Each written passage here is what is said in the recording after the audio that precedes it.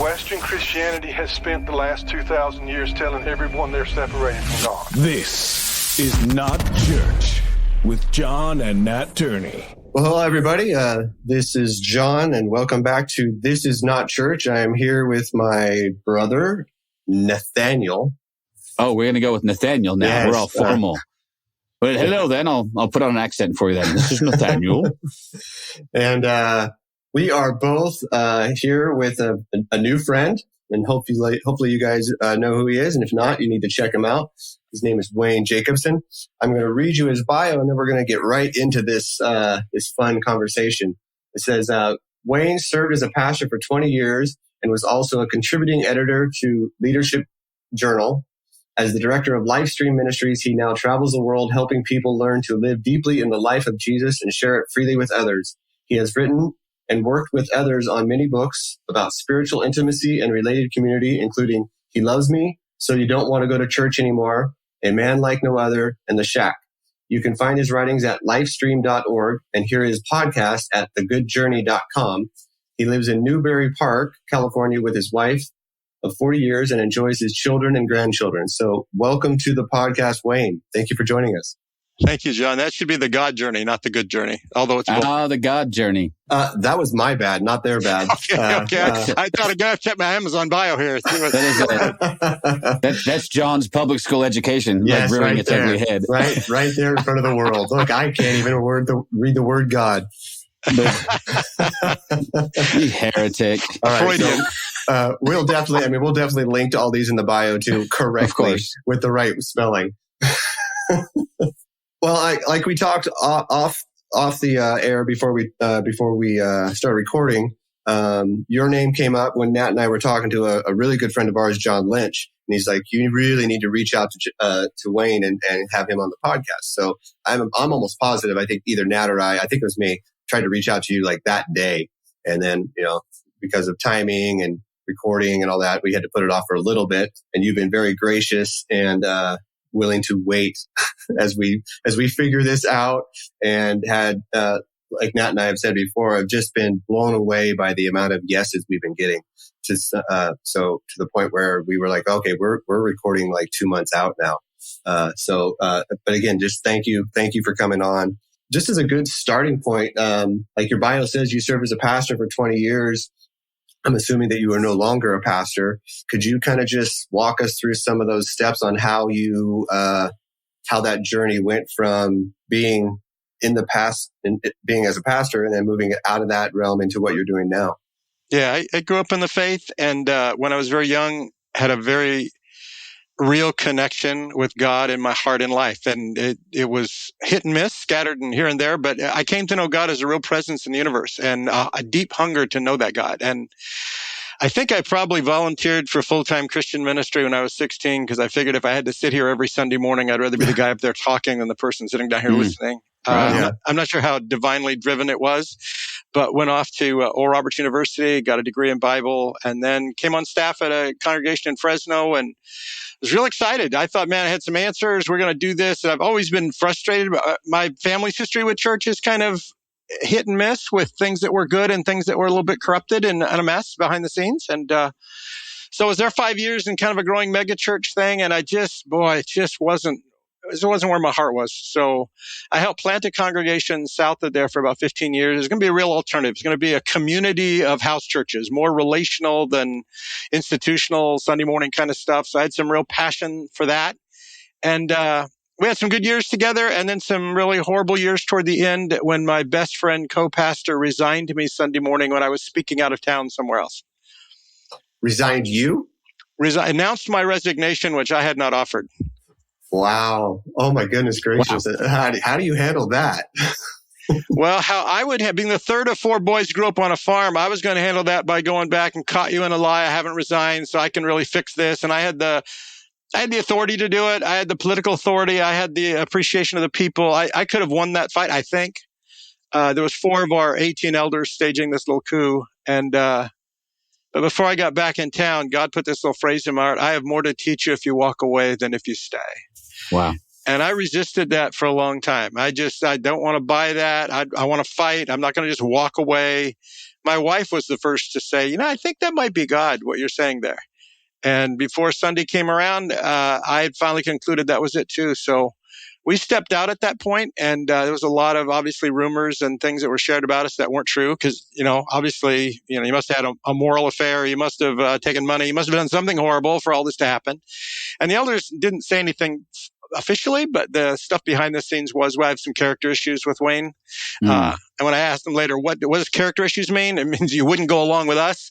I wouldn't go along with the Pharisee council. So I got kicked out and got a lot of job offers right away to pastor. I was already writing, doing some traveling. So I had a lot of offers to get back into it. And something in me just said, no, what I'm looking for isn't there. And so it sent us on a bit of a different journey. Amazing. No, I can say that for myself, and I can really resonate with that. I haven't had something quite as drastic as a coup, but I have been summarily dismissed, basically. So, and then had stuff said about me that was untrue. And there's, one thing I've come to the conclusion of, and I don't think many people would argue the point, but there's nobody who can hurt you like the church can hurt you.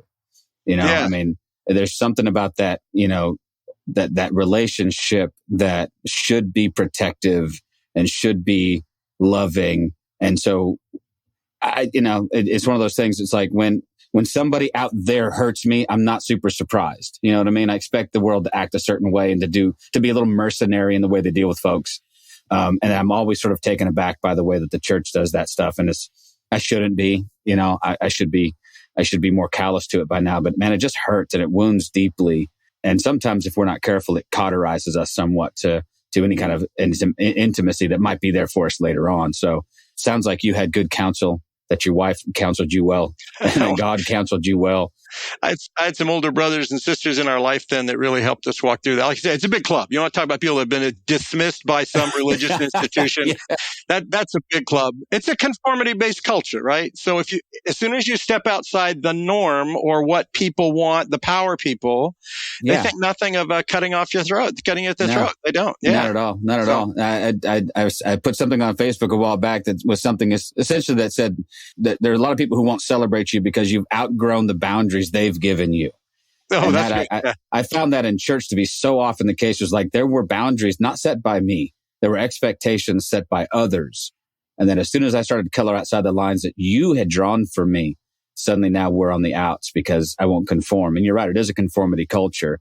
And sadly, that's the case. We're trying to do things differently. I know you are as well, trying to create communities where those questions can be asked and where there's room to breathe and grow. And quite frankly, room to be wrong. It's okay. You know what I mean?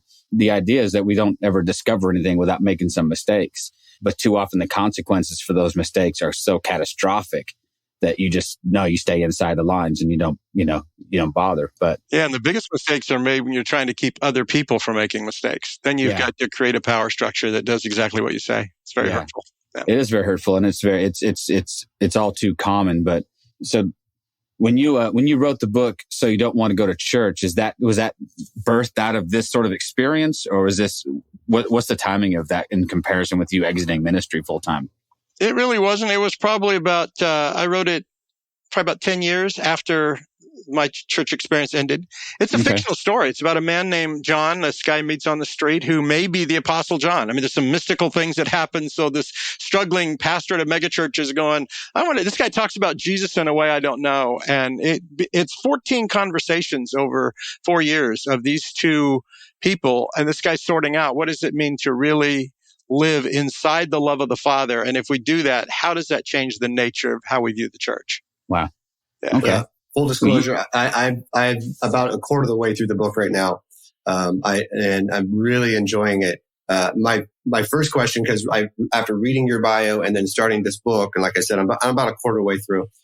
I feel like there's some biographical moments in that book. I don't know if that's on purpose or not.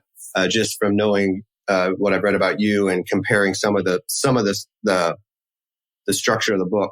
Did you pull from your own experience, or were you trying to stay strictly fictional? And I'm just reading into it. I want to read into it. Yeah.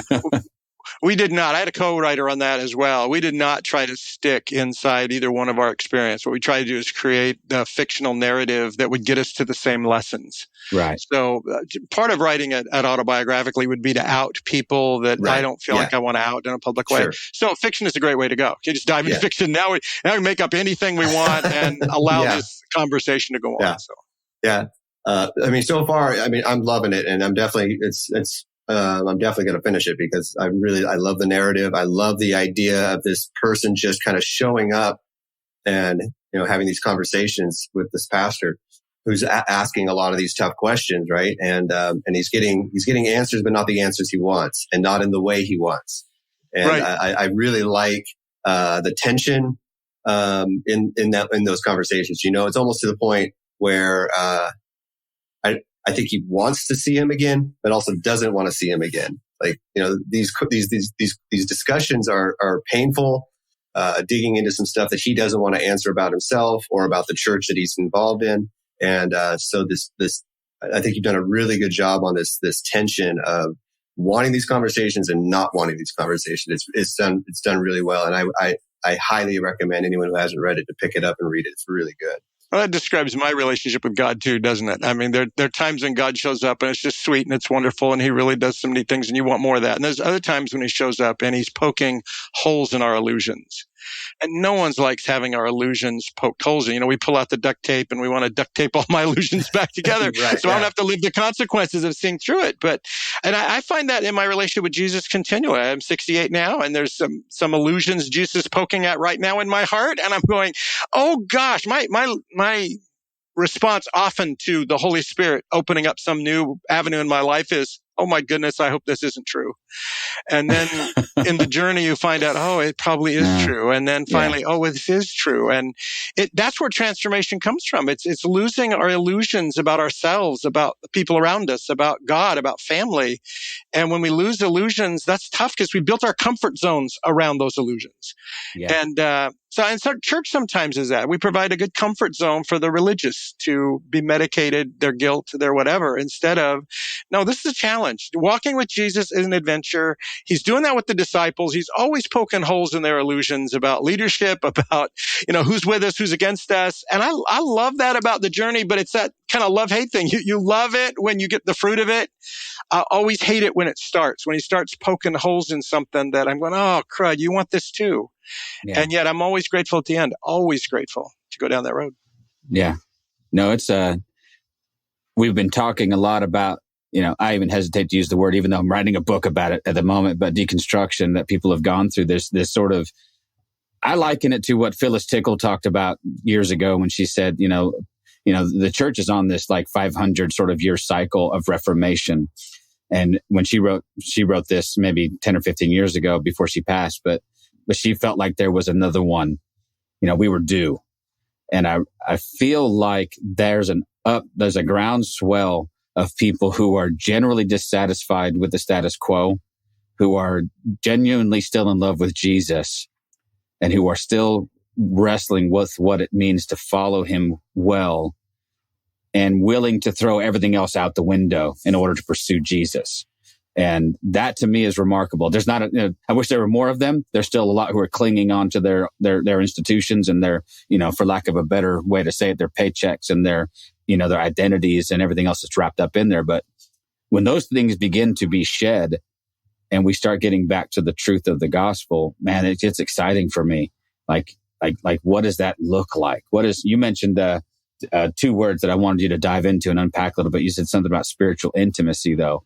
And before I get your take on this, it struck me that is something that the church writ large, again, not pointing fingers at any particular, but just the church in general has struggled with intimacy when it comes to God. Like everything has been a structure and a way to, some sort of pathway to access the divine, some sort of obstacle course or something. God becomes a problem to be solved rather than something to be experienced. So what's your take on what you mean by spiritual intimacy, and how can we better access that? Yeah, I think religion as a whole is fear-based for the most part. I agree. Fear-based is the opposite of moving toward intimacy. You don't move to intimacy with someone that you fear. Right. And I think that's the conflict I had in living in those two worlds, this passion for this growing intimacy with Jesus on the one hand. And on the other hand, I'm part of a religious structure that's basically a conformity-based machine based on people's fear about either heaven or hell, or about missing the good life, or about, abundancy or whatever. So it's always fear. How do I appease God enough to find my way into his blessing is kind of where a lot of it goes. And then we wonder why there's a difficulty to have real community there, because without intimacy and honesty and openness, and like you said earlier, the freedom to make mistakes, without an environment of freedom, transformation doesn't happen, because it's an internal reality.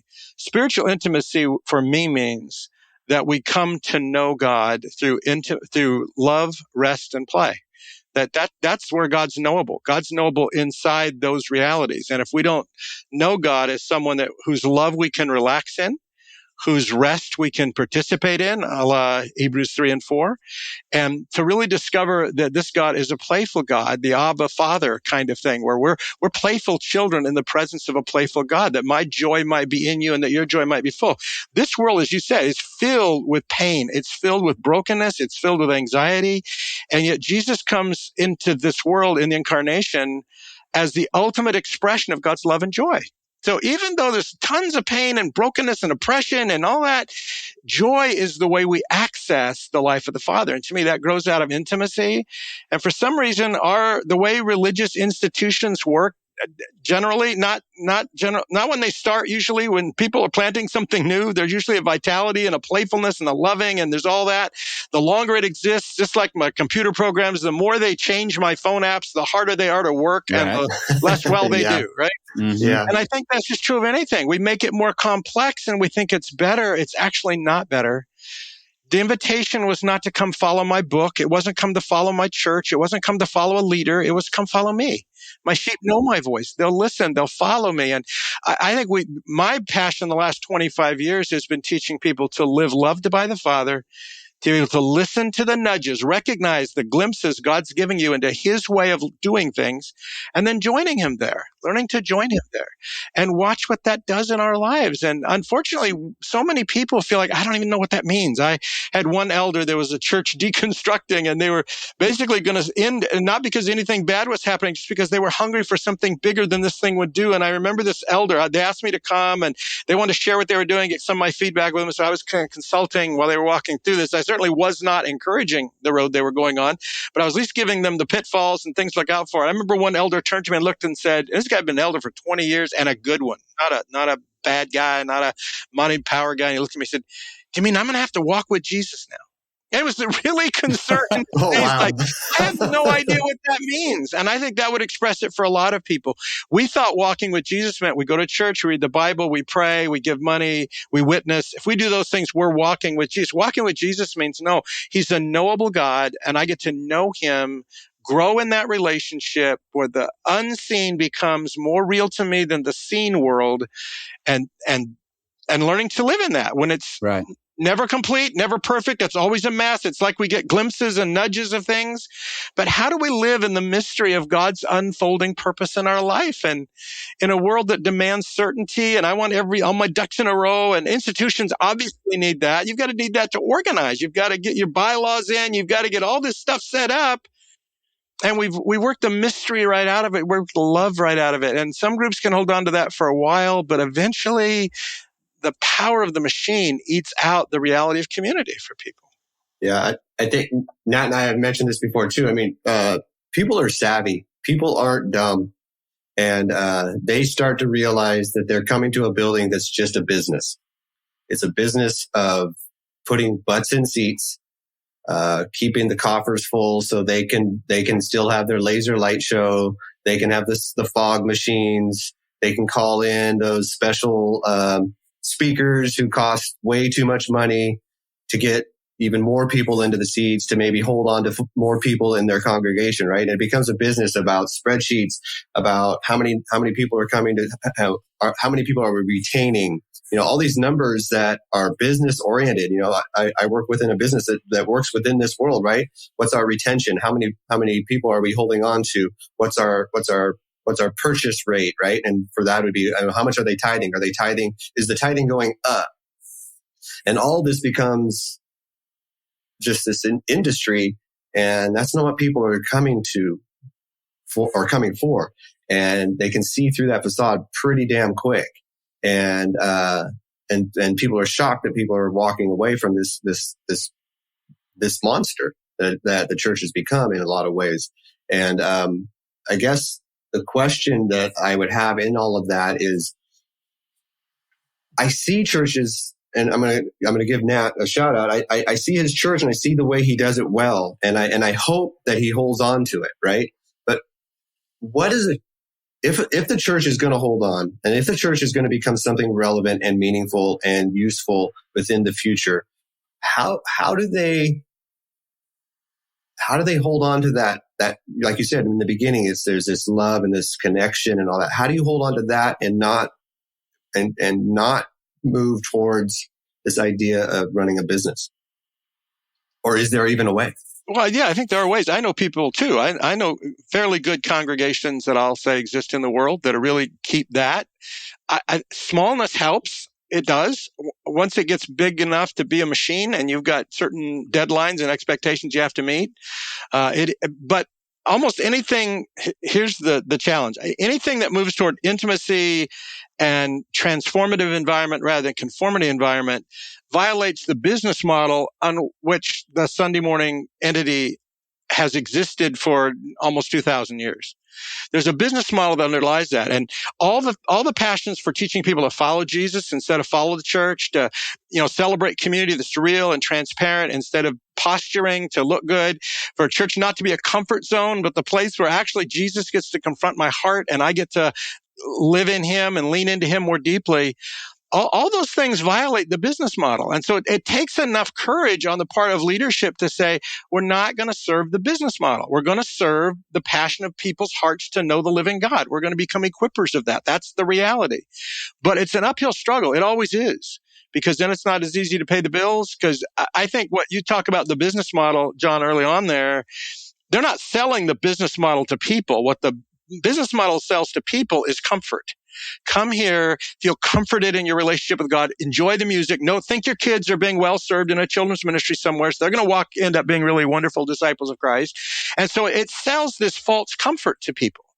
And it's only when they begin to see through it that you're talking about where people go, hold it a minute.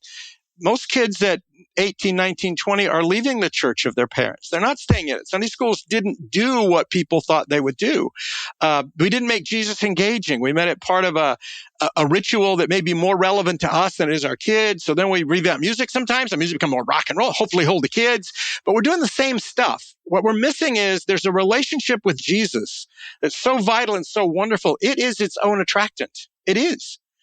But I don't think you can encapsulate that in a Sunday service. I just don't know how you encapsulate that there, because it's the way people live. And community is the way they live, love, and serve each other. And I find it hard for the sustainable business model to make that happen. And Jesus warned, when it comes down to God and mammon, what's going to win all the time?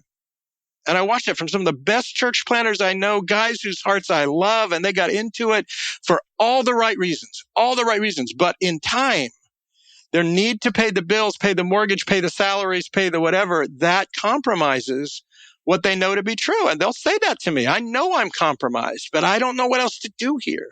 And it's a struggle. It's an overwhelming problem, isn't it? I mean, it is one of those things that you kind of start to understand the reformers and go, you know what? I get it now. The need to maybe just tear the whole darn thing down and start over again is sometimes like a really compelling thought. Like, all right, clearly we've just deviated from the plan here. But from my perspective, that's why we planted this church. And so I'm one of those guys now that's like, okay, with the best of intentions, we planted this little church. And what was funny was, within the first 2-3 months of planting this church, I was falling into the same trap. I'm like, oh, now I'm paying attention to the numbers. Now I'm paying attention to the giving. Now and it took COVID to kick us in the teeth and send us underground for a year for God to really get into my head, into my heart and reorient my thinking. to the point where now if there's 15 people on Sunday morning, I don't sit there and stress and wring my hands about why. I love the 15 people who are in front of me. And I say to myself, actually, so for Easter, for a good example, for Easter, we had 40 or 50 and I was overwhelmed. Like, there's too many people here. Oh my God. I want to talk to everybody. I want to shake everybody's hand. I want to pray with people they want to pray. And I can't do that even with 40 or 50. I just can't do it. And I started to get my head around like, okay, then what does pastoring a church of 200 look like? Really? It's impossible. Not effectively anyway, unless you've got a really great staff. So God is kind of working on me right now to grow me to be content with whatever that looks like. And we've tried to build a model of a church that does not need, it's virtually self-sustaining. So our income needs are very, very, very small. Nobody's paid. Everyone's volunteers. We have, anyway, so will that work? Ask me in a year.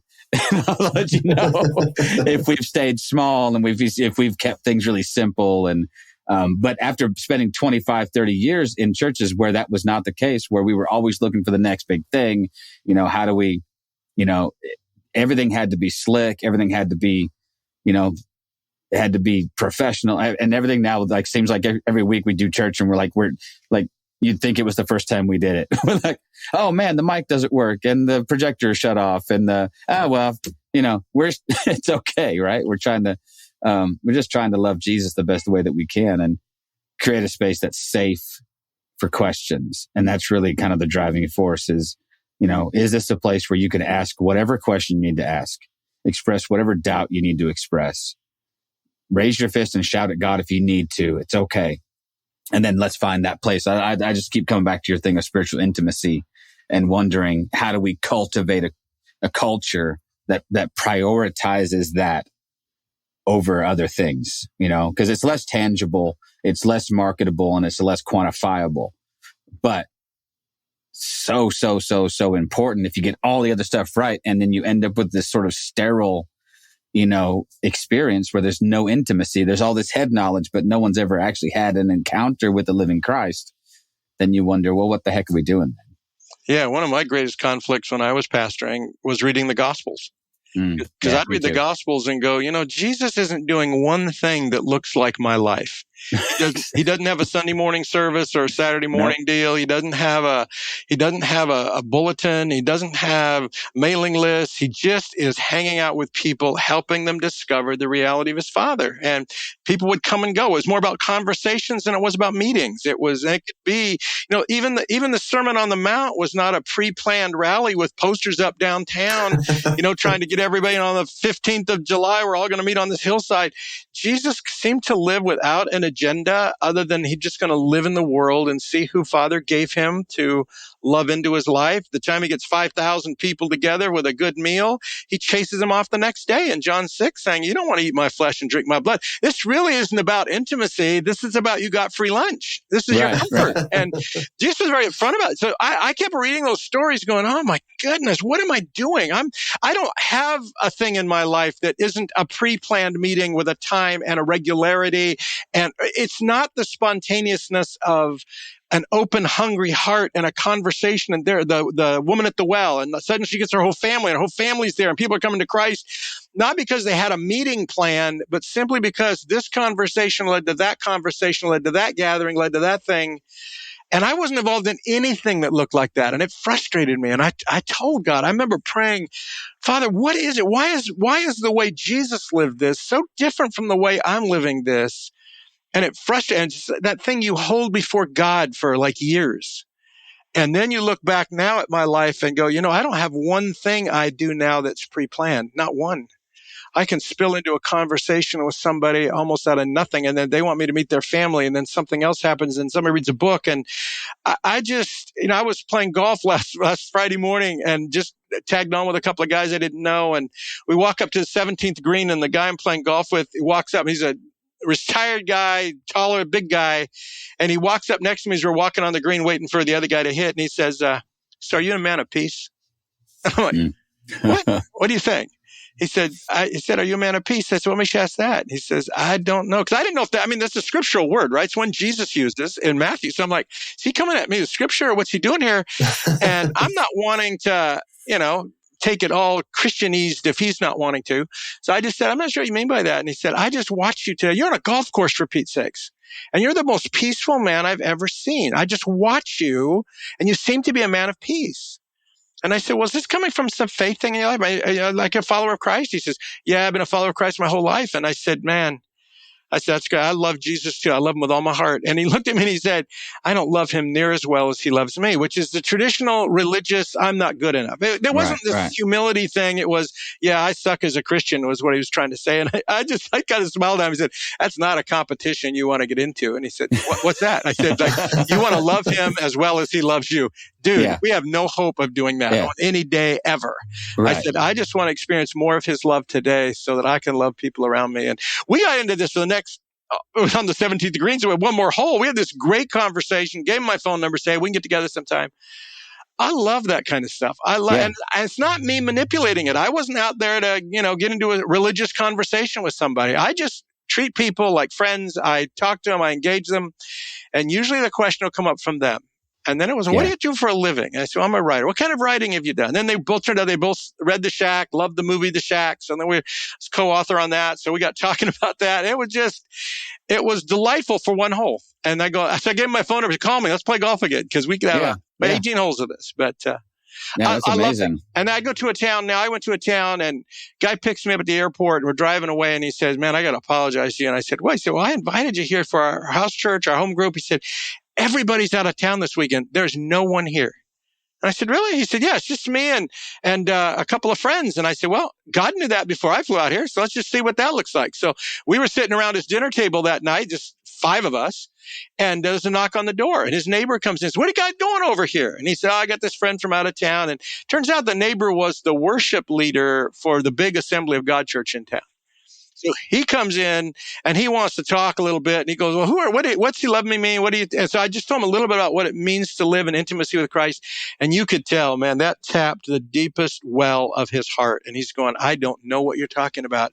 He was there till midnight. We're just talking. And then he said, can I bring some people back tomorrow? I said, sure. So next day we had 40 people come into the house he brought from his church to hear this. And we get talking about the journey. There's one lady there that she raised her hand at one point. I was watching her through the morning conversation because she looked like she was deeply hurting. And I just depression. And she finally, she raised her hand. I said, yeah. And she said, you mean to tell me if I don't vacuum the church on Friday mornings, I'm not going to go to hell? Oh, man. Holy crap. And she wasn't kidding. She was dead serious. I looked at her and I said, have you been told that? She said, yeah, I got saved 6 months ago. I was told that my job was to vacuum the church. And she said, if I don't do it, I'll go to hell. And I said, no, I can absolutely categorically tell you, you won't go to hell for not vacuuming the church. I never told you that. Wasn't interested in who you are as a person. And then she asked some other questions. I just watched her over the next hour, just liberate. And then as they were leaving, we were together. They came over in the morning and we broke for meals now and then, but pretty through the evening. He as the worship guy leaves in the morning, he says, listen, we got church in the morning. Can I bring some people over afterwards? And I said, yeah, sure, go ahead. So I said, but be careful. You don't know what you're doing to your church. You're an employee there. And I promise you, if your pastor's telling people they got to vacuum the church to be saved, then this is not going to go well for you. He goes, I don't care, man. It's the best thing I've ever heard in my life. And so he brings another 40 people over, different people. And we had all Sunday together. And I'm telling you, I love what Jesus does in the spontaneity of life. And now I get what used to frustrate me because Jesus got to do it. And now I get to do it. Now I get to live inside that. And I just go, that doesn't mean I still fly somewhere and people have meetings and Wayne Jacobsen is coming to speak. But it's not, I don't ever show up with an agenda. I show up with, let's have a conversation. What do you guys want to talk about? And let's see where this thing goes. And it always goes someplace I would have never taken it if I just brought my prepared materials. Yeah. No, man, I love that. That's not to turn this around and make it about me, but I'm going to. No, I'm just kidding. But that's actually John and I have started. This is what our 20th. Well, no, I don't even know what recording this is. We've released 20 episodes, so we've been doing this since March, right? Mid-March, yeah. Mid-March, okay. So, great. And we Welcome started to podcast land. Yeah, well, we love it, man. We've got we're having a blast. But I would say, maybe John, correct me if I'm wrong on this, but I guarantee you the first 10 or 12 interviews we did, we were like highly prepared. weren't we? Like I had questions written out. I'd read the material. I knew who the person was, or they were friends of mine anyway. So, and they, every time they deviated from the plan so radically that I stopped making a plan. Like enough of this. Let's just get together with people. And we've had some of the best conversations with people. Up until the day we interviewed them, I might not have ever heard their name before, but I don't go in with any preconceived notions about who they are, what they do. Let's just see where this conversation takes us. And we might be very, very different people. Our interview with December Rose, I'm still thinking about, because she's so amazingly, radically different from most of us.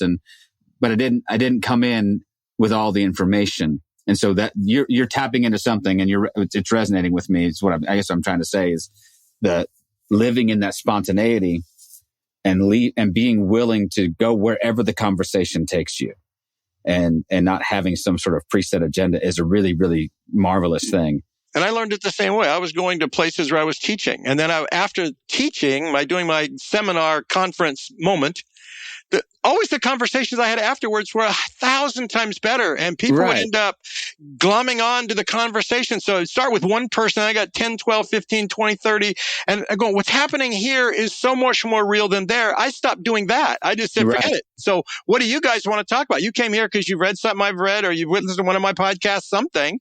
So what do you want to talk about? Where's this working in your life, or where's it not working? Where are you struggling with God's reality for you, or God's affection for you? And yeah, it's always led to stuff that's better, but it's people have a hard time coming because they'll say, what are you going to be speaking on exactly? Yeah. Let's say God's love. Let's say that, because somehow it'll come back to that. Yeah. But yeah, people want more than that. The seminar is and I just go, the best things in life are when people are real and honest in the struggle of life, authentic. That's where real stuff, that's where God works. Yeah. God loves that environment. Yeah, I agree, man. It's a beautiful thing. So, I've had lots of interactions with people over this, and what you just described, again, man, everything you're saying is just hitting me right in the feels. But I remember going to hear Brad Jersak the first time I went to see him speak someplace, and man, the talk was great, and he's a beautiful guy, and he's brilliant. And then we had 2 hours of conversation afterwards. That was some of the best things I've ever heard in my life. Just in sitting down at lunch and hanging out, and I don't know, that was great. And what you're saying is true. The other stuff was almost infinitely better, because it was this organic, natural conversation flow. And I bet you remember that conversation more than you remember his teaching. Yeah, I do very, very much. I mean, in fact, I took notes. I'm like, hang on, what is that thing you said? It was but I'm sure John had a similar experience with Baxter Kruger when he came to Eureka to talk, and he and Paul came to do something. And didn't you just have the best freaking conversations afterwards? Well, yeah, it was really weird. And, it was a really nice setup, really good conversations where we're all sitting listening. And then it was just, the conversation ends and no one wants to leave. And what makes that possible is the people speaking also don't feel the need to leave, right? That ends really quick if the person that you're there to see has walked out of the building. Literally, that's true. The Elvis has left the building moment, right? You heard me for 2 hours, I'm gone.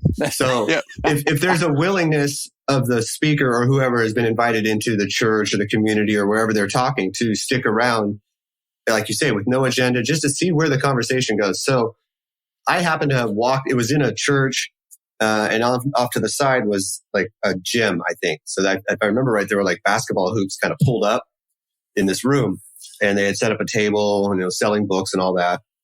Well, Baxter's just happens to be just standing in that room, just kind of looking. So I just went up and thanked him for coming. And that turned into like a 45-minute conversation with just me and Baxter.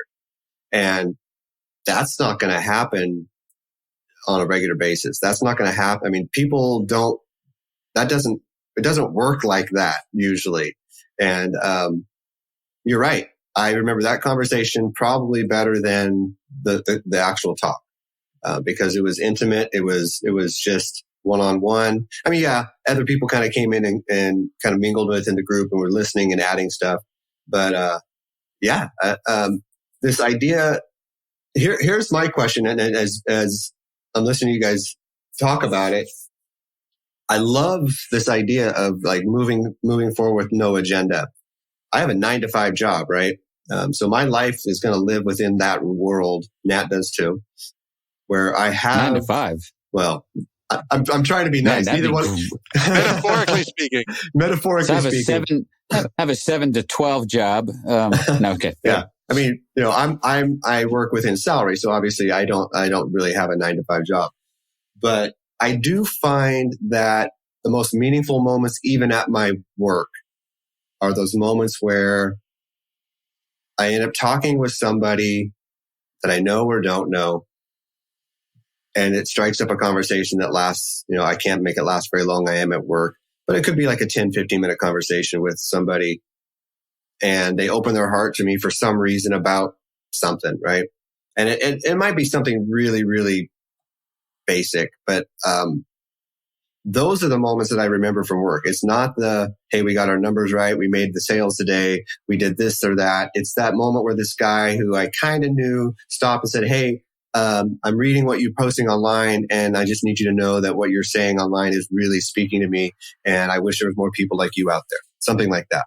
And that strikes a conversation of, he's like, so what do you mean when you say you're not a Christian anymore? And of course my hackles go up a little bit because I'm like, oh, which side is he on or she on this conversation? I mean, how are they going to take it? But it's almost always a beautiful conversation.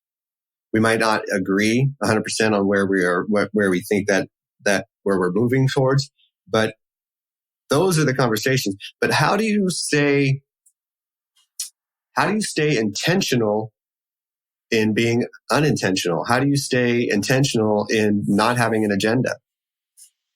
Do you understand what I'm saying? I do. I don't know that I have an answer for it, because I think I think for me, I got one out of my agenda.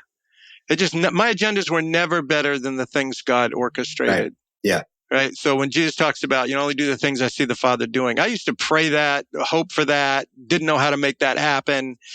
But when I began to see that what God was doing was better than what I had in mind, then it made it easy to just walk in and go, I'm open for whatever. And I'm listening better. I'm hearing, not only just listening to people better, but I'm also listening to the Holy Spirit better, just because I don't have anything. When I have stuff, I don't need stuff. I'm practicing my stuff in my head. I'm getting ready to teach this. I'm going to start with this illustration. And I've got all that working in my head, so I don't listen well. When you go in with nothing and you go, these people are all here, they're supposed to hear me do something. I'm going, okay, God, now I need to hear you. I want to listen to these people. I want to know and just the sensitivity increases. And I think this is a lifestyle you get one into. I don't think it's one you choose. Because if you get there without anything and you're not listening well to people or to God, then it's just going to be a big silent fest, and it's not probably going to be all that much fun. So right. I don't encourage people to copy that approach. When I saw it in Jesus' life and said, God, I want you to win this in me, I didn't expect it to be, I'm going to copy the Jesus model. I'm just going to let the Holy Spirit lead me into a different way of living and thinking and relating to people. And he did over 10, 15 years. It wasn't like in a month or two. It was over a long season. Like I used to, like any itinerant guy, when I stopped pastoring and I was writing, so I had a lot of traveling opportunities to go speak.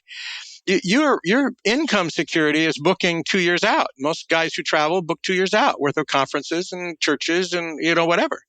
But I was booked out on things, and then an opportunity would come. There's 50 people just spilled out of this church, broken, hurting, read a book of mine, like to meet me that weekend. And I'm going, well, you know what? I can do that in 2 years in the fall. Well, by then, the moment has passed, right? So I stopped doing that. I stopped telling people, listen, I don't book that far out. So if you want me, a guy called me a year out, want me to come to a Bible thing. And I said, yeah, I don't book that far out. He goes, what? He said, we have to know this year who to announce for next year. I said, well, then I'm not your speaker. He said, well, God has told us you're our speaker. I said, well, if God has told you, put it out. And when he tells me next February, then I'll know it's me. But right now, I don't know it's me. And he goes, no, we can't work with that. So then it's kind of self-prunes your schedule, because there's people that don't want to work with. I'll let you know about 6 weeks before if it feels right. Yeah. Because I'm trying to leave space in there so the immediacy of people in crisis has first place, not Wayne's need to make a living is in first place. Wow. Yeah. But that's a different, until you trust God to provide for you, you can't live that way. You just can't. No. You won't. Wow. Yeah. No, you're right. That's awesome. Hey, speaking of which, you want to come out next year and speak? No, I'm just kidding. Ask me next year. I love that. I do love I love the God told me stuff. I was sitting in a conference or in a meeting once, and three people in the room all hearing three different things, all claiming to hear from God. And I'm like, well, God's lying to one of you guys. Yeah. Or two of you guys are just full of crap. And we've just used this God told me stuff as carte blanche to say whatever we want. Well, God said it. Who am I to argue? Well, I'll argue with you because he's telling me the opposite. So let's cut it out. And I love it. I had a close family person recently accused me of doing something I had not done. Yeah. And so I said, no, that's not true. You're being lied to. This is what actually happened. And he looked at me and said, I don't believe you. I said, you don't believe me? So I'm going to lie to you about this? Yeah, I think you're lying to me. I said, okay, well then I guess we're done. Yeah. And he says, God told me not to trust you. Yeah, no, we're really done. Yeah, we're really done. I actually know the truth. You think you know the truth? I actually was there. I know the truth. Yeah. And he said, well, we're all going to know the truth someday. And I said, yeah, we will. Yeah, we will. We will. The difference is I already know it. Yeah, and it will be better than people think. This whole idea that at some point the truth will be revealed and it's all going to shake out. It's not going to shake out like you think. It's going to be so good. Actually, I think it's going to be so beautiful. But no, I agree with you, man. As someone it sounds like to me that you and I have traveled some of the same little paths and gotten our tails whipped in some of the same certain ways and had stuff said about you, man. That's hurtful. It's hurtful. Well, the founder, it happened to the founder, right? So Jesus comes. Yeah. He's the epitome of love and truth and light in the world. And he gets betrayed and denied and killed. So every time it happens to me, because I'm going through a real major one of those right now, and it's not in a religious framework, it's with family. And there's a toxic presence in our family that's suddenly taken me on as target. And I'm easy to accuse about all kinds of things because they don't know. I'm traveling, sure. I'm doing things. So, it's Wayne doing this because of. It's always, accusers always go to motive because you can't disprove motive, right? Right, exactly. And they don't know motive, so they can fill in whatever motive they want to any action and make it look superior. So here I'm going through it again. I'm going, God, I must have kick me written on my back spiritually. Everybody just takes a shot now and then. And he kind of just, you know what? It happened to the founder. So you just go back and go, okay, when you live as love, when you're trying to learn to love in the world and be honest with people and be open and transparent, you are going to get slapped around. I'm just telling people that. Now, just prepare for it. It happened to Jesus. It happens to me. It's just part of the way to live. But do you want to live love enough that it's worth it? Because Jesus even said, blessed are you when men lie about you, insult you, exclude you in my name. Because of me. And that's what goes on in my life. And that's a part of this living love journey too. It is. Yeah, it's not one we put on bumper stickers and brag about. Like, come follow Jesus. I promise you'll be betrayed.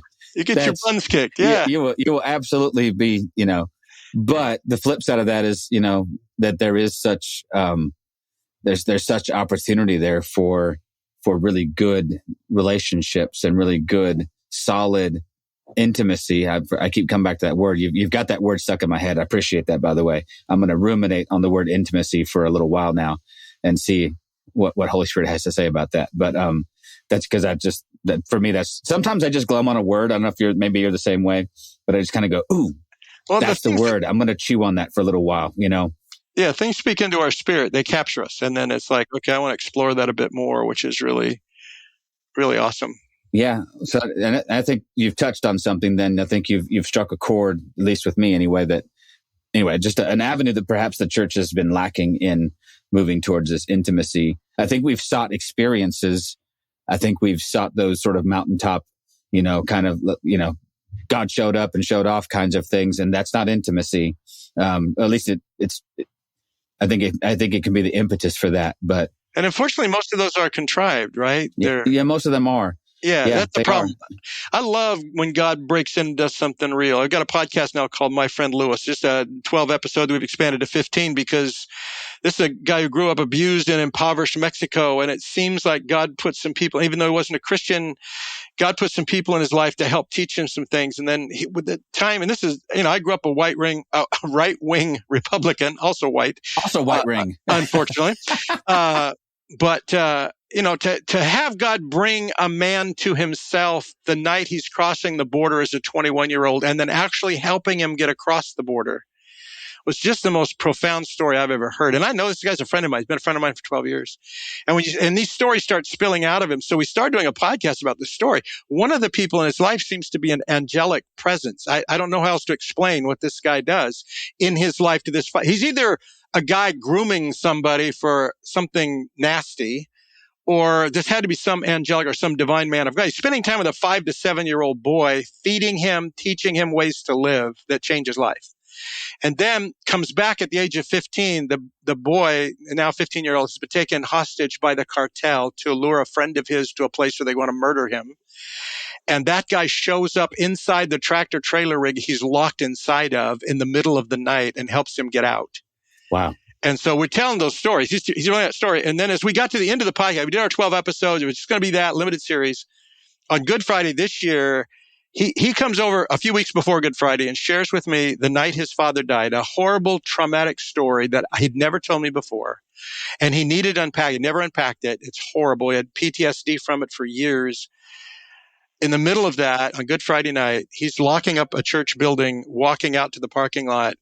Hears footsteps behind him, and it's this guy from his childhood, meets him outside this church, has not aged a day in 35 years. He's not seen him in 35 years. And the things he tells him are the most... So I love the supernatural when it's not contrived, when it's just real. And what I do know about the supernatural is I read about it in Acts and whatever. You cannot contrive it. God does these things when he does these things. And it's for us not to call them down and make them happen. It's for us to recognize when they are. And to me, that's what intimacy really is. We have a God who really loves us in a broken world. And he has a way for us to navigate. Even the pain I'm going through right now inside my family, God has been faithful to give me the nudges to navigate me through it in a way that actually is healing to my soul. I've been through betrayals that hurt for months. This one is very different. It's just there's wisdom each day, there's release in it each day, and there's freedom in it each day to keep following him, even though it's leaving some ugly things I'm not slapping duct tape over to make them look better at the moment. And it's angering some people. And I find it very interesting that a church that follows a person, a God, a deity, whatever you want to call them, that lives in this mystery, shows us glimpses of this mystery, then wants to quantify and explain the mystery to us. And if they can't explain it to us, it must not be a real experience. And that's honestly one of the reasons I left the church is like, I can't explain an experience I had with this thing we call the divine or the Holy Spirit. But you want me to explain it or it didn't happen. It's not true. It's like, so you want me to take this most intimate moment in my life that means more to me than you will ever know and quantify it down to something that you can understand and then maybe use and explain to other people. And, yeah, it's definitely one of the reasons that I was just like, I had to call bullshit where I saw it. And I was like, I can't do this anymore. I was only 18 at the time. I didn't know how to voice that other than anger, right? I was just angry. And, so I left and I went searching and I found mystery in places that, the Christians wouldn't go. I found mystery in the stories of Buddha. I found mystery in some of the Hinduism faiths.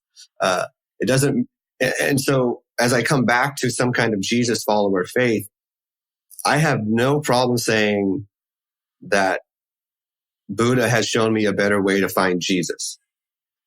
That Thich Nhat Hanh, who's a Buddhist, has not given me some of the most inspirational things that point to Jesus. And it ruffles some feathers, and I'm okay with that. But we need to learn how to live in that mystery. And the church does a piss poor job on allowing us to live in that mystery without having to explain it away in a way that they can understand and then say, okay, yeah, that's Christian. And your story in the podcast, I mean, I'm definitely going to listen to it because that's the kind of stuff I want to hear. I want to hear these mysteries. I want to hear this. You can't explain that. He probably can't explain it, right? But isn't that more rewarding at the end? It's like, yeah, this happened. I can't tell you why, but it changed my life. G.K. Chesterton said, once you pin the butterfly to the styrofoam, it ceases to be a butterfly. Yeah. And I think that's what religion does with God's stuff all the time. Systematic theology is not something Jesus gave us. It's our attempt to pin God to the mat.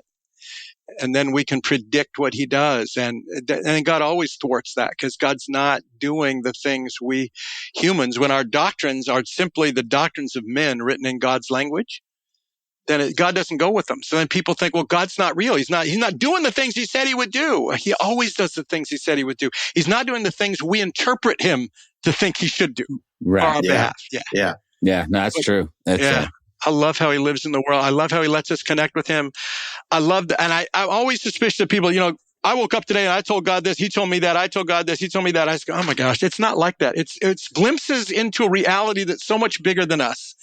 And he nudges us. We have an insight and we follow that insight. Something else happens.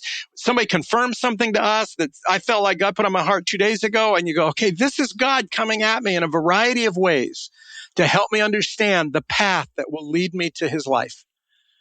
And I love that. No, it's beautiful. It's he's something that Brad Jersak told us a while back. He said something about theology, right? He said theology is simply it's a 3-year-old with crayons trying to draw a picture of God and then hoping that God likes it. And I'm like, you know what? Yeah, that's it. And there's nothing wrong with that. You know what I mean? Except when we take it too seriously and we think that we've landed on something concrete. I go back to Pete Enns' book, The Sin of Certainty, which was part of my deconstructive process of like, okay, one of the things that I had to jettison from my life was a need for certainty. Because that's the Western mind, right? What did Baxter say? The Western mind or the Celtic mind inside the belly of the Latin beast, which is still one of my favorite phrases he ever said. This is Baxter Kruger, the Celtic mind alive inside the belly of the Latin beast, and the Latin beast has lost its mind. But the beauty of mystery was just something that Richard Rohr has kind of given back to me as well. People like that who traffic in the mystical and the who say things like, God is mysterious. That doesn't mean he's not unknowable. It means he's infinitely knowable. Right.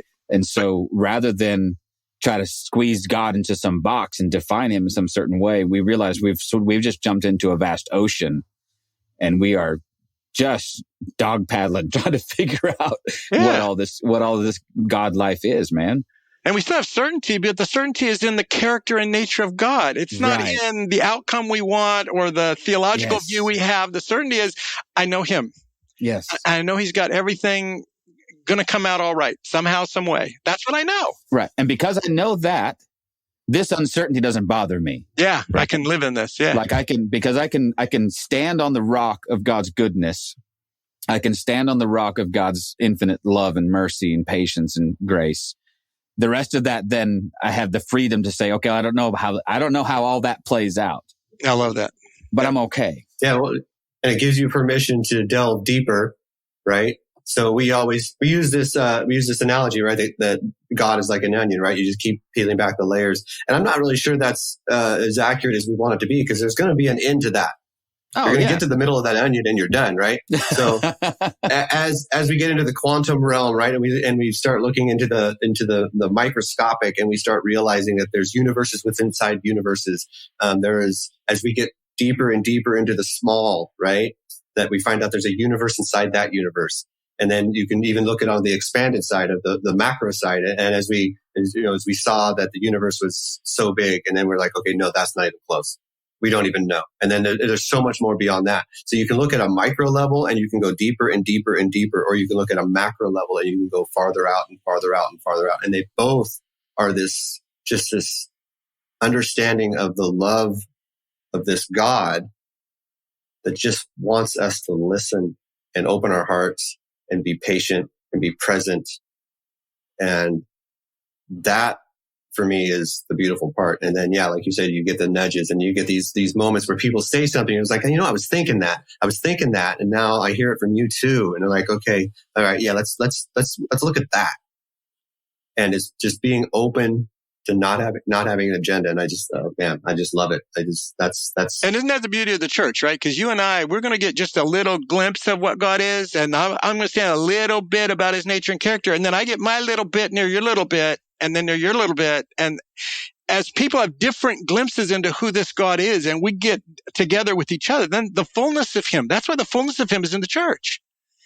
And I don't mean the church institutional. I mean the church as God's people on the planet. I think there's two. We were talking earlier about the tension off air, about the tension between church, the frustration and the encouragement and joy of the church. I find the way I've sorted it out in my heart is there's the church humans are building. That's one thing.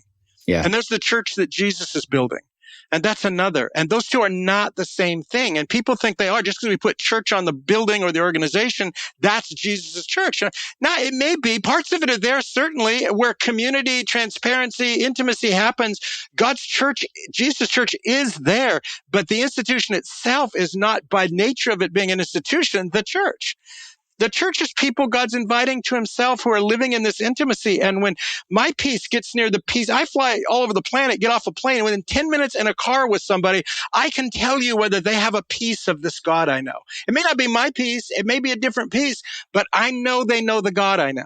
And some people I'm with, I'm going, boy, they're so stuck in their religious ways still. Maybe I can help them find some liberty from that. But to me, the joy when I hook up with people who are getting a glimpse into the same reality that I'm getting into, man, that is the church of Jesus Christ in the world. And it's incredibly powerful and lovely and beautiful. I had a friend in Australia challenge me to go, let's only call church what Jesus calls church. So when people bash on the church or say the church, I left the church, I'm going, how can you leave the church? You can't. Man's version of it, yes, you can. Yes. God's version of it, you can't. You're still his child. You're still engaged with his body in the world. Just look for different ways God wants to connect you with his body in the world. Yeah. No, 100%. Yeah, I think you're 100% right, man. Man, we've enjoyed this. I didn't even get to talk to you about the shack, but that's okay because there's so much other good stuff. And I do want people to know that you were intimately involved with Paul in co-writing the shack. And that is that's something that still resonates and still has ripples going out into the world. I just think it's a marvelous thing. It was one of those books that I read. I've told Paul this when we talked, and I reluctantly read it because at the time that it came out, I had 2 young girls at home, and my wife was reading this book, and she's telling me basically the premise of it, and I'm like, nope, I'm not reading that. and who was it? It was Baxter who said when he read the first 3 or 4 chapters that he was sitting in his deer stand. And he got to the part where, we know what happens. And he threw the book down and he said, by God, if this Paul Young guy gives me some tripe about God's will and blah, blah, I will personally take this to the end of my gun range and I will eliminate this copy from the world. And then he sat back down and read the rest and went, oh, okay, thank God he didn't do that. So anyway, the beauty of it is that transformative view of God that is so intimate, that is so unlike what religious institutions try to market as God. Man, and the movie was great. And, but anyway, so I thank you for your contribution to that because it changed a lot of things for me. And I know I'm not the only one by any stretch. So you've had some deep impact in the world with that book. Until it wasn't. Until it wasn't. Well, yeah. Until we got sued and oh my gosh. I knew there were parts of that weren't great. Yeah. And, but at the end of the day, man, there's a gift in the world. It is a gift in the world. And you're doing stuff that is just as remarkable and amazing. So yeah, I was just going to add that. I was like, the shack is a wonderful part of all of ours history. Right. And I can't say that enough about it on what it did, but all that to say, you've written some exceptional books. Yes, you have also. And like I said, I'm a quarter of the way through one of your books and I'm absolutely loving it. And I love your story, the way you write it. I can tell you're a storyteller by the way it's written. And I know it's also a co-written book, but I really am looking forward to reading more of your stuff. And I appreciate what the footprint that you're putting on this planet. Absolutely. Yeah, for sure. And, this has been just an absolutely awesome conversation. Hopefully we can do it again soon sometime. Nat and I. We can book it now for 2025, the way you guys are going. It'd be hard to get me now. If you need me 2 months out, it's not going to work. Yeah, you don't book it. Call me when somebody cancels. Say, hey, wait, can you jump in on Monday? You don't book that far out, man. We'll put you on the cancellation list, and we'll call you if someone cancels on. There you go. That'd be a better chance, probably. Oh man! But I mean, I think Nat and I have said this more often than we can count. That when we get to these conversations, it's like I could talk to you for another hour. I mean, there's just so much still left that we haven't talked about. I mean, we just touched the surface of this podcast you're doing. And sure. Like I said, I'm gonna end this conversation. I'm gonna go download the whole thing and just listen to it. Yeah, me too. But again, I really appreciate that you're willing to take the time and talk to these two nobodies who. Or we could talk for another hour. If you're going to listen to that again, we could talk for another hour. It's fine with me. Y'all can stick around. I've got to go run a coffee shop. So, yeah. All right, but just want to say that we'll get all your links in the notes. Appreciate it. We just people listening to this conversation, go out, buy the books, listen to the podcast, check out his website. You're not going to be disappointed on any level of any of that. Yeah, and it's amazing. Just thank you for coming on here with us. We really appreciate it. Thank you. Thank you for listening to This Is Not Church. Be sure to rate and review the podcast on your platform of choice. If you would like to partner with us, visit patreon.com/thisisnotchurch, where you will receive exclusive content such as early access to episodes, videos of upcoming episodes, and live Q&A sessions. Be sure to check out our Facebook group or follow us on Twitter and Instagram. All the links are in the show notes. We'll be back soon with another episode.